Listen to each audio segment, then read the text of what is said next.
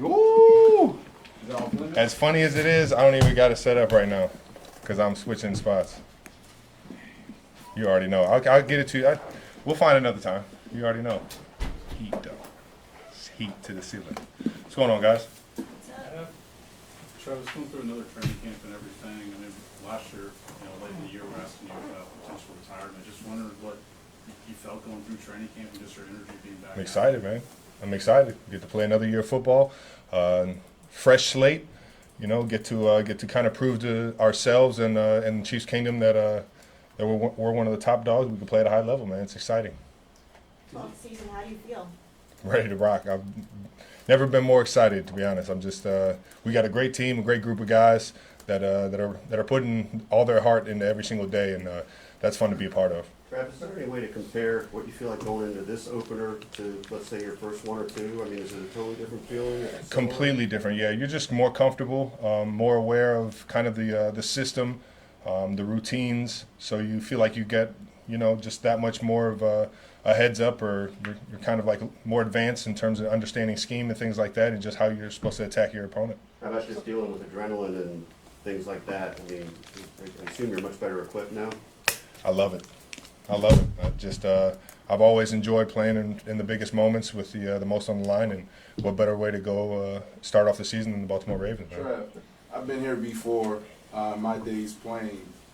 You're in this inflection point where you can start to feel it. You can start seeing the end. Last year you got off to a slow start because you was dealing with some things. Mm-hmm. What's the difference between this time around and right around this time last year? How are you feeling mentally and physically?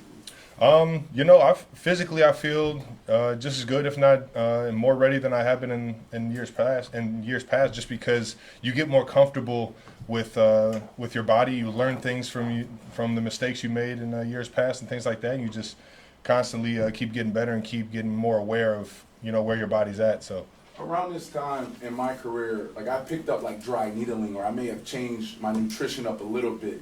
Is there one thing in particular that you leaned into this offseason that's going to get you the next 2, 3, 4 years of playing ball? We'll see what challenges occurred throughout the season. I think I've caught a good routine and a good groove of making sure that I'm at peak athletic ability to go out there and perform every single week. And you just never know, the nicks and the bumps and bruises that you get throughout the season. You might have to pick up something new along the way. Travis, is there something about this year's group of receivers that stands out that maybe sets it apart from last year or any other recent group? I would say, I've loved the receiver group that we've always had. Obviously, we got hit with kind of a stereotype that we couldn't catch the ball on big downs and things like that. But this year, I think, in terms of confidence and where we're different from years past, it seems like the group is more tight knit. Everybody's playing off of each other a little bit more. There's more of a discussion in the room. And I'm just excited that the type of athletes that we got and the type of quarterback that we have, that we can put it all together. Travis, in your experience, can a team reveal its personality in the opening game, or does it need few games for that to happen? I think you go out and you had all offseason, all training camp to get ready for this moment right here. Obviously there's going to be mistakes, or there's going to be things we can work on after this game, but I think we're as ready as we've ever been going into this first one. Thanks, Pete. You talked to me about feeling physically great. I'm curious if the coaches have talked to you for week one at least in terms of managing your snap count. No, and I probably wouldn't listen to them if they did.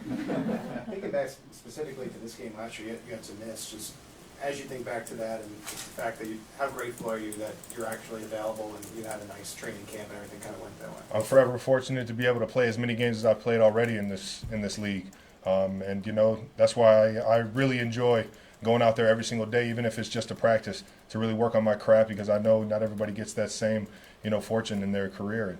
And I'm ready to rock week one, and I'm thankful for it. How fun has this been with? We gotta wrap this up. Go ahead, Pete. How fun has this been with Pat? Just because knowing we see videos and whatnot of your relationship off the field, and getting to do this more with a friend than maybe even just a teammate.